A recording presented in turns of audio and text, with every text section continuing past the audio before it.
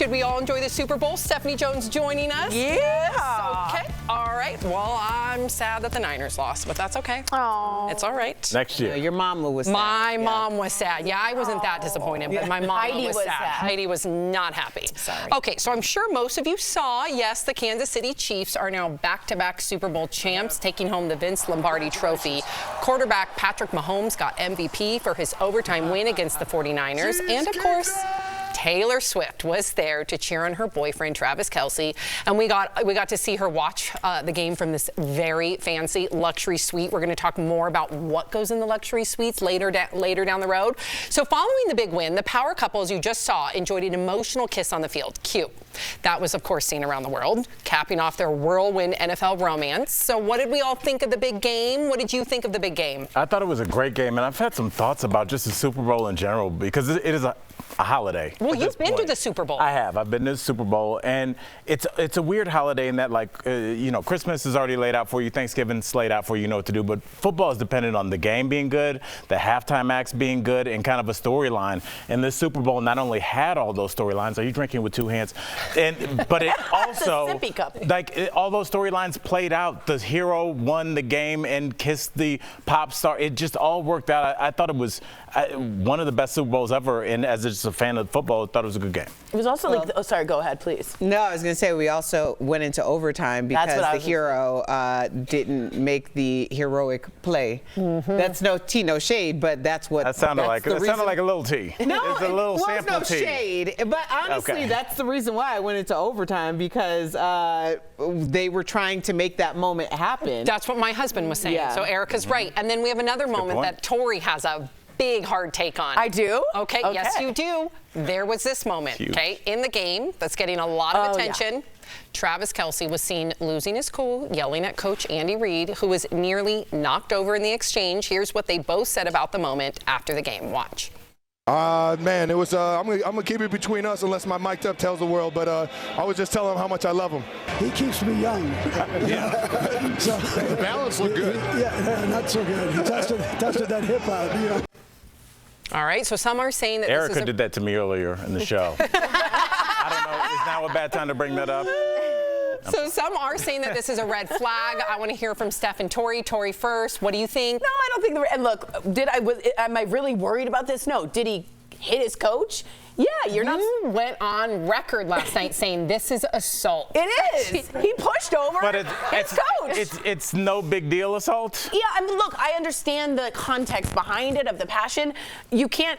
I think that was probably wrong, and he regrets doing that, but I understand it's the Super Bowl. But yeah, he pushed somebody. He put his arms and hands on someone. That's not great, but I get it. But I also think it's wrong. Steph? I feel the same way as Tori. I think in that moment, his testosterone, his endorphins, everything is at an all-time high. He's literally on the pitch being attacked left, right, and center. It's like very physical, isn't it? I don't agree that he should have gone up to a considerably elderly gentleman and give him a bit of a shove. I wonder how common it is, though, because I remember watching and I'm not condoning it, but I remember watching the David Beckham documentary where the coach would do some of that to the players. Not, again, condoning it, but I feel like in this high-stakes type of energy game, it's more frequent than not.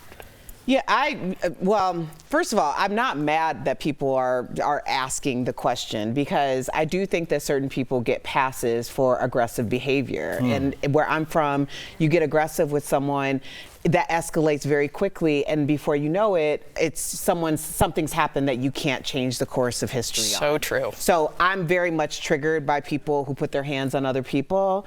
However, I just had the same conversation about Sean Payton and how aggressively he went up towards Russell Wilson. And I know people have mixed feelings about that, but as a Broncos season ticket holder, like, that whole thing was kind of like the nail in the coffin, and we're probably not going to renew for the first time in 10 years because I was so turned off by that. Got it. Wow, so that's a strong people take. have different feelings about aggression. I think that's okay. Yeah. Okay, so what about Usher at halftime? What did you all think? It seems like people online and critics are divided, with some people loving it, others saying it fizzled. Take a look. Tryna get a little keep it down the low key, 'cause you know how it is. Shot, she was second from the game, she was spitting in my ear. You would think that she know me, right? So I decided to. Okay. So Usher did seem to pack a lot into the performance, and at one point he took the stage in skates, you guys, showing off his roller skills. And of course he did lose his shirt completely, to the delight of many folks. So what did you think? So you weren't too into the game, Steph, but what did you think about Usher? I definitely wanted to see the halftime show, and I mean, I grew up listening to Usher. I was shocked. I knew every single song, apart from the one where he went up and he said, "This is in the spotlight for my mom," which I thought was very sweet. I felt bad for him because when he first came on, the audio was off. Like, it was playing, but it was very like distorted. I didn't know if it was the television, I don't know if it was him.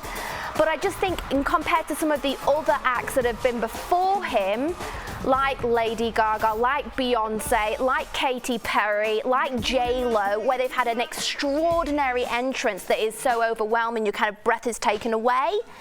I got that later. I got that more with the rollerblades. I did too. But it wasn't to the same level. I'm with you. That's the only thing. Very quickly, I just thought it could start something and build, and I thought him just sitting there opening, I wanted it to be like haunting and opening big. I just thought it fizzled until it grew. Erica? I do want to make it clear, it's roller skates, and the reason why I'm saying roller skates is because roller skates is such a big part of the culture, especially coming into R&B. Like, you think of roll bounce, how like a lot of black people, like myself included, I took roller skating lessons for 7 years. No way, you can skate well?